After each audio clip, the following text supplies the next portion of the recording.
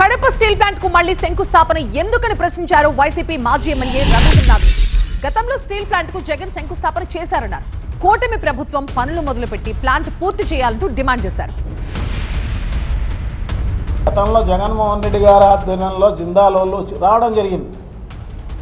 So మళ్ళీ వాళ్ళనే తీసుకొచ్చి ఇదేదో పాత సీసాలో కొత్త సార్ అన్నట్టు ఇప్పుడు కొత్తగా మళ్ళీ ఫౌండేషన్ వేసే కార్యక్రమం. ఫౌండేషన్ ఎందుకు? ఒకసారి ఫౌండేషన్ అయిపోయింది, అదే ప్లేస్లో అయిపోయిన దాన్ని నువ్వు తొందరగా పూర్తి చేసే చాలు. ప్రజలు కూడా ఎదురు చూసేది అదే, తొందరగా పూర్తి చేయమని చెప్పేసి ఎదురు చూస్తున్నారు అన్నమాట. సో నువ్వు పూర్తి చేస్తే మేమందరం కూడా సంతోషిస్తామన్నమాట.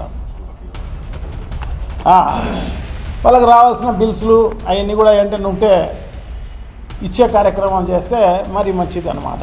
జగన్మోహన్ రెడ్డి గారి టైంలో ఏమి అభివృద్ధి చేయడం జరిగింది అక్కడ అని చెప్పేసి దాన్ని మళ్ళా ఫౌండేషన్ స్టోన్ అవసరమా, ఇవన్నీ కూడా మనం అక్కడ ప్రజలకందరికీ చూపించే కార్యక్రమం తప్పకుండా చేస్తాము అని చెప్పేసి తెలియజేసుకుంటాం.